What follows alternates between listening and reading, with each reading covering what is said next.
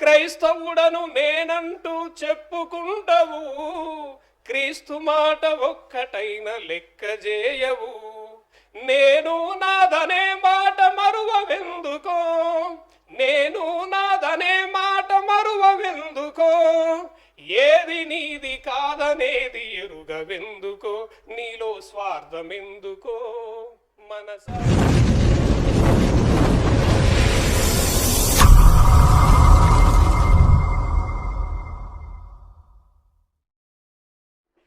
సర్వోన్నతుడు, సర్వాధికారి, మనుషులందరికీ తండ్రి అయినటువంటి దేవాతి దేవునికి, ఆయన కుమారుడు మన రక్షకుడైన యేసుక్రీస్తు ప్రభుల వారి ద్వారా పరిశుద్ధాత్మ సహాయముతో దేవాతి దేవునికి వేవేల కృతజ్ఞతాస్తుతులు స్తోత్రములు సమర్పిస్తూ, మరి ఈ సమయంలో దేవుని మాటలు వినాలని కూడి వచ్చిన మీ అందరికీ కూడా క్రీస్తు యేసు నామములోనే నా వందనాలు, శుభములు తెలియజేస్తున్నాను.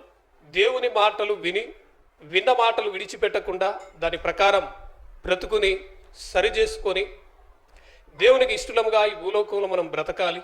అలా బ్రతికిన తర్వాతే ఈ లోకాన్ని విడిచిపెట్టిన తర్వాత మనము ఆయన చెంతకు చేరవలసిన వారం కాబట్టి జాగ్రత్తగా విందాం. మనుషులముగా ఈ భూలోకంలో మనం బ్రతుకుతున్నాం. మనందరికీ దేవుడు ఒక్కొక్కరికి ఒక్కొక్క రకమైనటువంటి జ్ఞానం, తెలివితో మనం ఈ భూలోకంలో బ్రతుకుతుంటాం. ఈరోజు మనుషులను మనం చూస్తుంటే కొంతమంది మాటలు అందంగా కనపడుతుంటాయి, మరికొంతమంది మాటలు విడ్డూరంగా అనిపిస్తుంటాయి. మరికొంతమంది రూపాన్ని మనం చూస్తుంటాం, చాలా అందంగా కనపడుతుంటారు. మరికొంతమందిని చూస్తే ఏదో అలా బ్రతుకుతున్నారు అంతే అనిపిస్తుంటుంది. కానీ దేవుడు పై రూపమును చూసేవాడు కాడు. మరి దేవుడు చూసేదేంటి? ఏం చూస్తాడు దేవుడు? అంతరంగమును చూస్తాడు, లేదంటే మన మనసుని చూస్తాడు దేవుడు. ఈరోజు మనిషి గ్రహించనిది ఒక విషయం ఉన్నది. మనిషి నేను అన్ని విషయాల్లో మంచిగా బ్రతుకుతున్నాను, అందరిని నేను మెప్పిస్తున్నాను, అందరికీ నేనంటే ఏంటో అనిపించుకుంటున్నాను కాబట్టి నాకు ఏమీ తక్కువ లేదనుకుంటా కొంతమంది మనుషులు బ్రతుకుతుంటారు. అందులో మనం కూడా ఉన్నాం.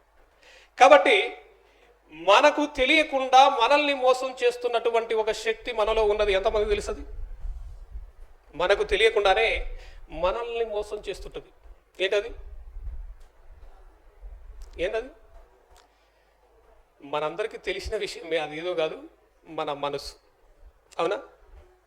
మన మనసు బయట ఉన్నవారి, కనపడుతున్న వారందరినీ లెక్క పెడుతుంటుంది, కానీ మనల్ని లెక్క పెట్టుకోదు.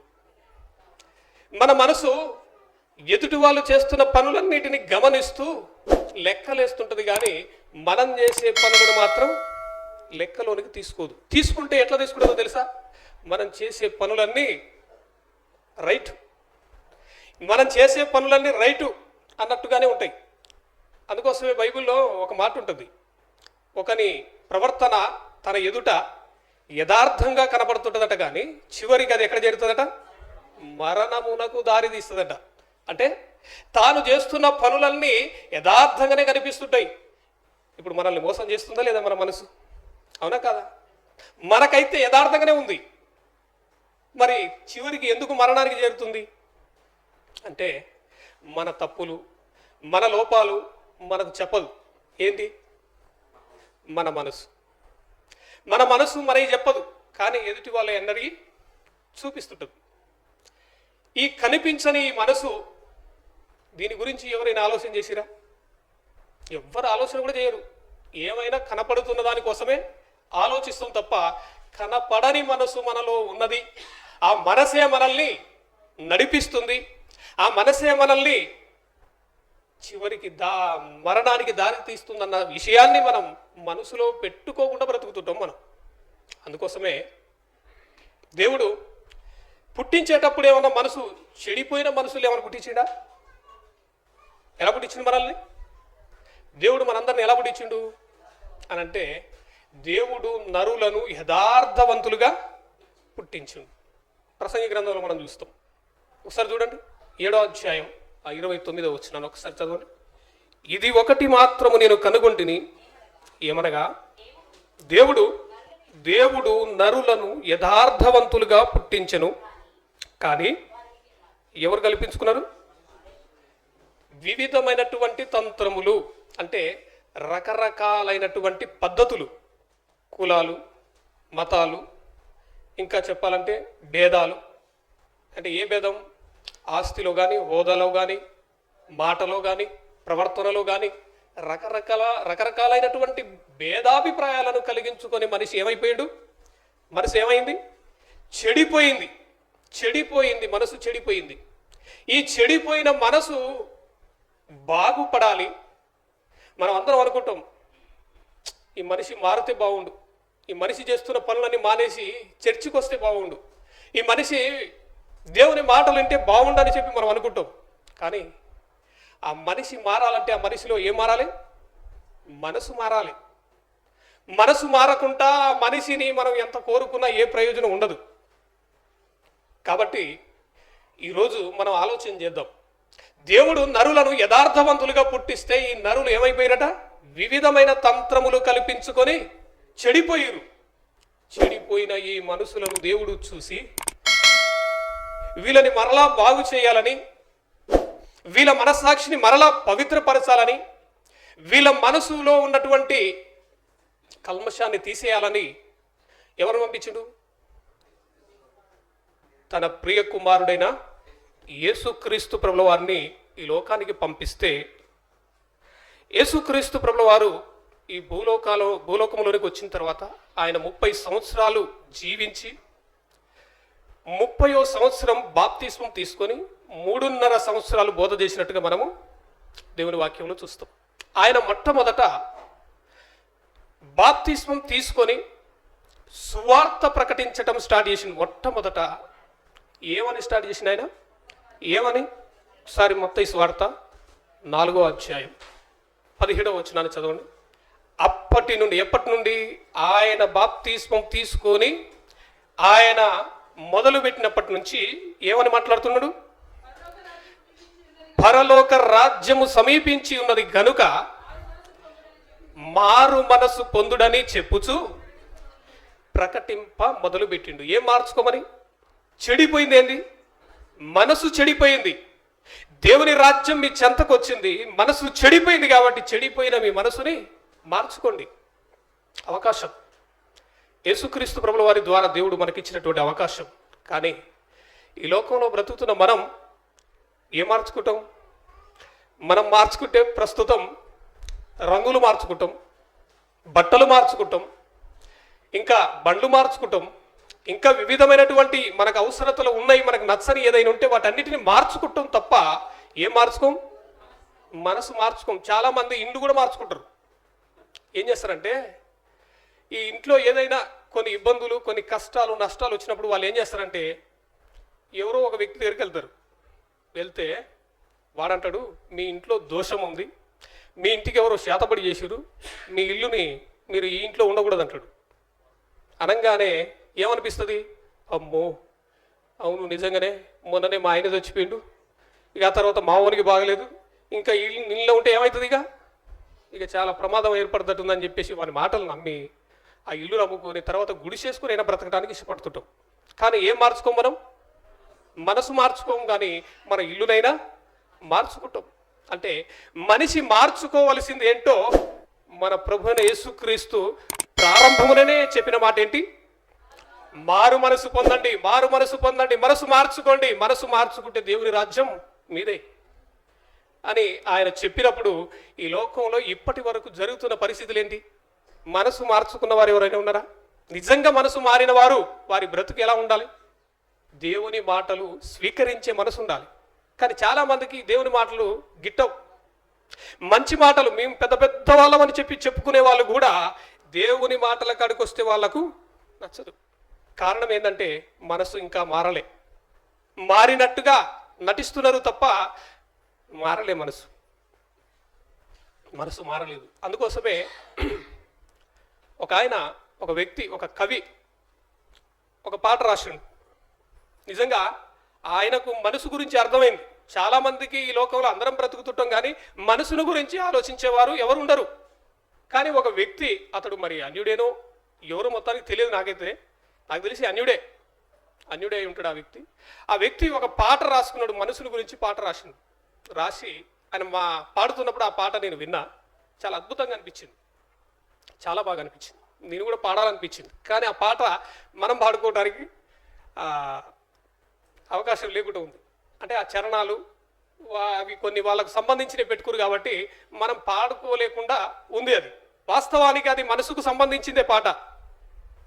అయితే నేనేం చేసినంటే ఆ పాటని మనకు సంబంధించినట్టుగా వచనాలు కొన్ని చరణాలు నేను రాసి పాడాలనుకున్నాను. నేను ఆ పాట చాలా అద్భుతంగా ఉంటుంది. ఒక్కసారి ఆ పాట పాడుకుందాం. మనసుని గురించి పాడుకుంది కాబట్టి మీరేమి నా స్వరం కాస్త కాకిలాగా ఉందని చెప్పి ఇబ్బంది పడకండి, నాకు వచ్చినట్టుగా పాడతా. మనసా నిన్ను నిప్పుతో కడగనా, మనసా మనసా కన్నీళ్లతో నిన్ను మార్చనా, మనసా. చాలా మంచిగా అనిపించింది నాకు ఈ మాట. దేనితో కడిగితే నువ్వు పవిత్రపరచబడుతావు, అసలు నేను పవిత్రపరచాలి, నిన్ను ఎలా మార్చాలి అనే విషయాన్ని ఆయన పెట్టి చాలా వండర్ఫుల్గా పాడిండు. అందుకే నాకు చాలా నచ్చింది ఈ పాట. మనసా నిన్ను నిప్పుతో కడగనా, మనసా మనసా నిన్ను కన్నీళ్లతో నిన్ను మార్చనా, మనసా. చందమామనందుకునే శక్తి నీకున్నా, సముద్రాన్ని ఈదగలిగే బలము నీకున్నా. చందమామనందుకునే శక్తి నీకున్నా, సముద్రాన్ని ఈదగలిగే బలము నీకున్నా. ఎదుటివారు ఎదుగుతుంటే చూడవెందుకో, ఎదుటివారు ఎదుగుతుంటే చూడవెందుకో, వెనక నుండి పొడిచే పాడుగుణం ఎందుకో, పాడుగుణం ఎందుకో. మనసా నిన్ను నిప్పుతోని కడగనా, మనసా మనసా కన్నీళ్లతో నిన్ను మార్చనా, మనసా. మారు మనసు పొందితినని చెప్పుకుంటావు, మనిషిలాగా బ్రతుకుతనని ఒప్పుకుంటావు. మారు మనసు పొందితినని చెప్పుకుంటావు, మనిషిలాగా బ్రతుకుతనని ఒప్పుకుంటావు. మనసులోని ద్వేషాన్ని విడువవెందుకో, మనసులోని మాయ పొరలు తుంచవెందుకో. మనిషిలాగా ఒక్కరోజు బ్రతకవెందుకో, నీవు బ్రతకవెందుకో. మనసా నిన్ను నిప్పుతోని కడగనా, మనసా మనసా కన్నీళ్లతో నిన్ను మార్చనా, మనసా. క్రైస్తవుడను నేనంటూ చెప్పుకుంటావు, క్రీస్తు మాట ఒక్కటైన లెక్క చేయవు. క్రైస్తవుడను నేనంటూ చెప్పుకుంటావు, క్రీస్తు మాట ఒక్కటైన లెక్క చేయవు.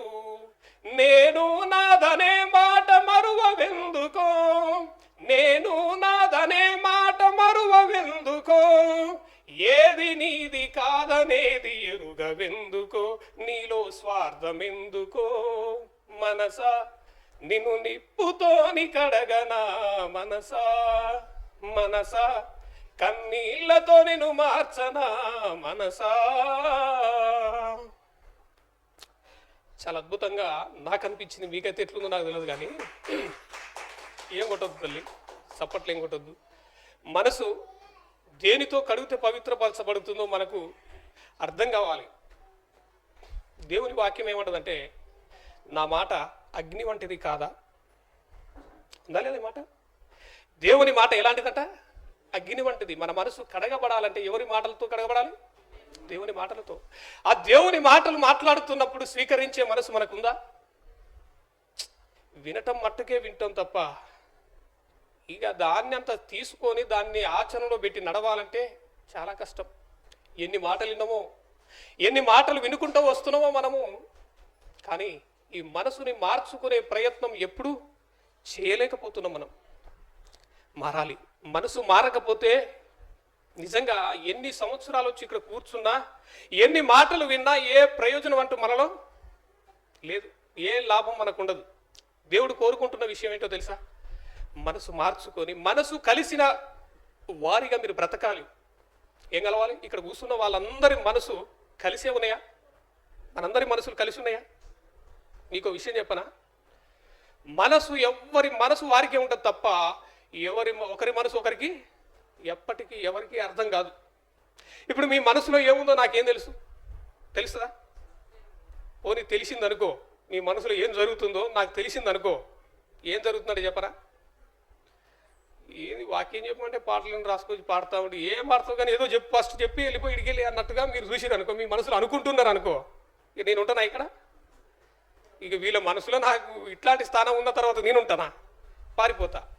లేకపోతే నేనే మీ గురించి ఏదో అనుకుంటున్నా అనుకో, అది మీకు తెలిసిందనుకో, మీరు ఉంటారా ఇక్కడ?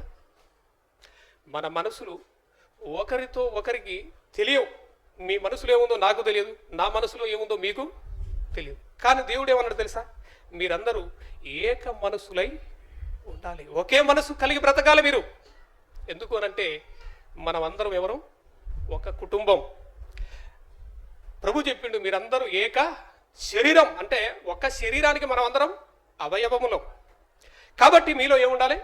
ఒకే మనసు ఉండాలి. ఈ మనసు కలిగి మీరు బ్రతకాలని దేవుడు కోరుకుంటే మన మనసులో ఎన్ని భేదాలు, ఎన్ని అభిప్రాయాలు, మనకు ద్వేషం, కోపం లోపల పెట్టుకొని చాలా మంచివారిలాగా మనం ప్రవర్తిస్తుంటాం. నా ఎంత మంచోడు లేదన్నట్టుగా నటిస్తుంటాం. కానీ లోకం ఎవరు నమ్ముతో తెలుసా? నటించే వాళ్ళనే నమ్ముతుంది తప్ప నిజంగా మనసు విప్పి మాట్లాడిన వారిని ఎప్పటికీ లోకం నమ్మదు. వాళ్ళు నమ్మకపోయినా పర్వాలేదు, కానీ ఎవరు నమ్మాలి? క్రైస్తవులుగా, క్రీస్తు పిల్లలముగా మనం అందరం ఒకే రక్తములో కడగబడిన వారం కదా మనమైనా నమ్మాలా? మన దాంట్లో కూడా ఎన్ని భేదాభిప్రాయాలు, ఒకరి మీద ఒకరు ఎన్ని అసూయలో, ఎన్ని ద్వేషాలు, ఇవన్నీ మన హృదయంలో పెట్టుకొని బ్రతికితే ఏ ప్రయోజనం అంటూ మనకు ఉండదు. దేవుడు కోరుకుంటున్న మాట ఒకసారి మనం చూద్దాం. రోమీలకు రాసిన పత్రిక 12వ అధ్యాయం 2వ వచనాన్ని చదువుకుందాం.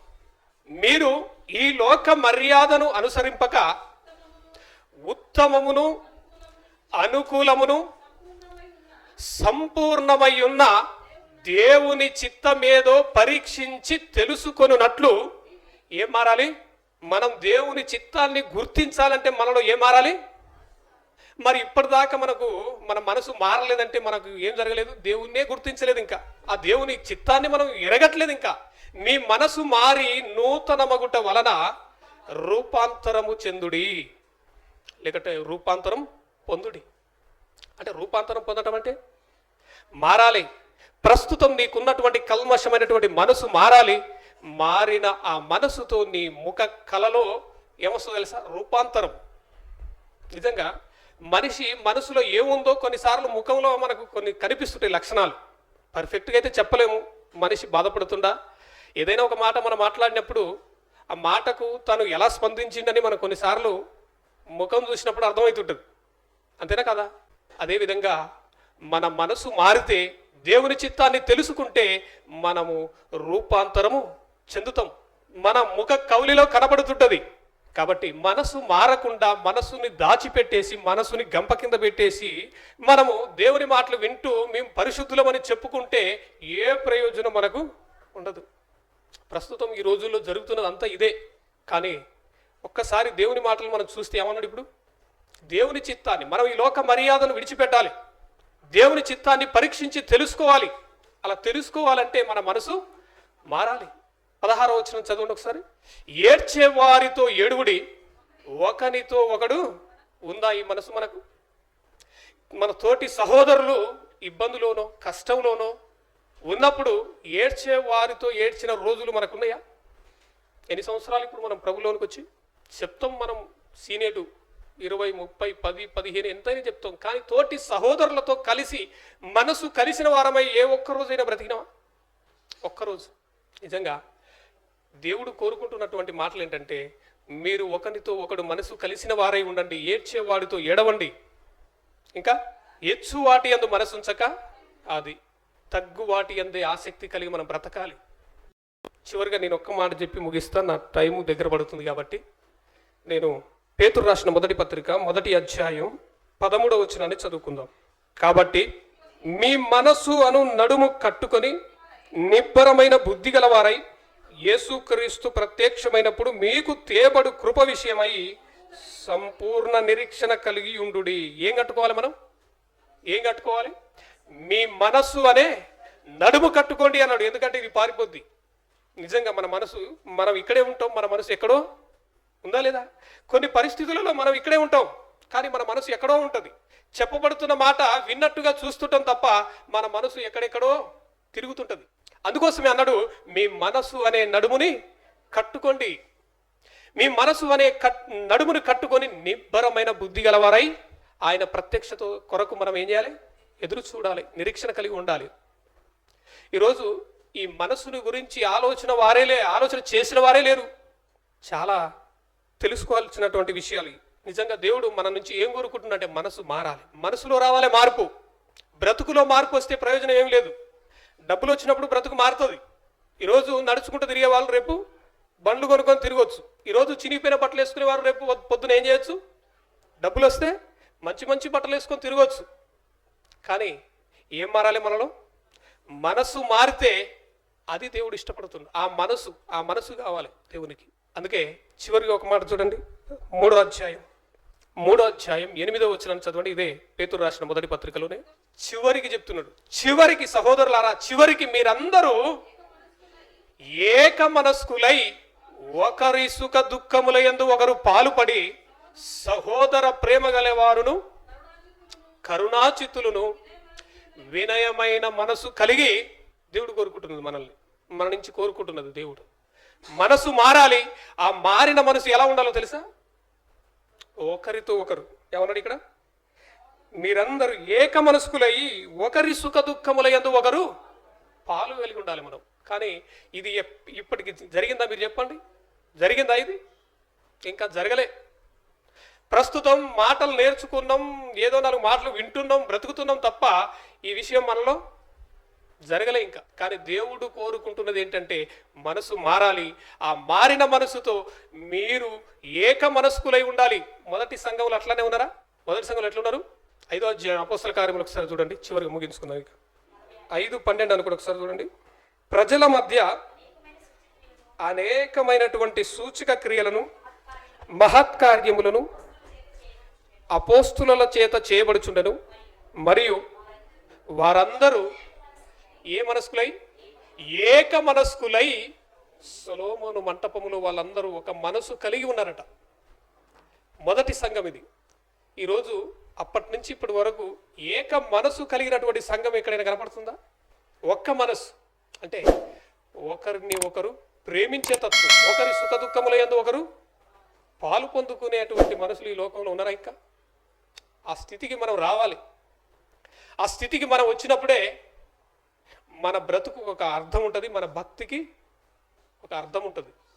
కాబట్టి దేవుడు కోరుకుంటున్నది ఏంటంటే మన మనసు మారాలని, మనసు మార్చుకోమని. యేసుక్రీస్తు ప్రభుల వారు ఈ లోకంలో ఉన్నప్పుడు మొట్టమొదట ఆయన నోట సువార్త మాట వెలువడింది. ఏ మాట అది? మీరు మారు మనసు పొందండి అని చెప్పిండు. మరి ఇంకేమైనా చెప్పొచ్చు కదా, వేరే చెప్పడానికి ఎన్ని లేవు. కానీ అవన్నీ కాదు చెప్పేది. చెప్పాల్సింది, మారాల్సింది ఏంటంటే మనసు మారాలి. ఈ మనసు మారటానికే దేవుడు మనకు అవకాశం ఇచ్చాడు. కాబట్టి ఈరోజు మనం ఈ మనసుని మార్చుకునే ప్రయత్నం చేద్దాం. అలా చేస్తేనే మనకు ఒక దేవుని రాజ్యంలో మనకు చోటు అనేది దక్కుతుంది. కాబట్టి నిజంగా ఆ సహోదరుడు ఎవరో కానీ ఒక మంచి పాట, నాకు ఆ పాట చాలా నచ్చింది. చాలా రోజులు నేను పాడుకుంటున్నా కానీ ఎక్కడ పాడాలో నాకు అర్థం కాలే. మొత్తానికి ఈరోజు అవకాశం మరి దేవుని దయ వల్ల ఇక్కడ నాకు దొరికింది. సహోదరుల మధ్య పాట పాడడానికి స్వరం రాదు, పాడైపోయింది అంతేగాని స్వరం బాగుంటే ఇంకా ఆ పాట ఎంత బాగుంటుందంటే అసలు అద్భుతంగా అనిపించింది నాకు. నేను క్రైస్తవుడనని చెప్పుకుంటాం మనం. క్రీస్తు మాట ఒక్కటైనా లెక్క చేస్తాం? అసలు పేరుకు మాత్రం నేను క్రైస్తవుని అని చెప్పుకుంటాం. ఆయన మాట కాడికి వస్తే ఒకటి కూడా లెక్క చేయం. మనలో ఉండేది ఏంది? నేను నాది. ఈ స్వభావం ఎంతమందిలో లేదు చెప్పు? నేను నాది అనే మాట మనలో నుంచి వెళ్ళిపోవాలి. స్వార్థం అనే మాట మనలో ఉండకూడదు. కాబట్టి ఈ మాటలు విన్న మనం జాగ్రత్తగా మనసును మార్చుకునే ప్రయత్నం చేద్దాం. అలాంటి మంచి మనసు దేవుడు మనందరికీ అనుగ్రహించును గాక. ప్రార్థన చేసుకుందాం. మమ్మల్ని అతిమిక్లిగా ప్రేమిస్తున్న మా ప్రియ పరలోకపు తండ్రి, నీ ఘనమైన ఉన్నతమైన శ్రేష్టమైన నామానికి స్తుతులు స్తోత్రాలు కృతజ్ఞతాస్తుతులు చెల్లిస్తున్నాం తండ్రి.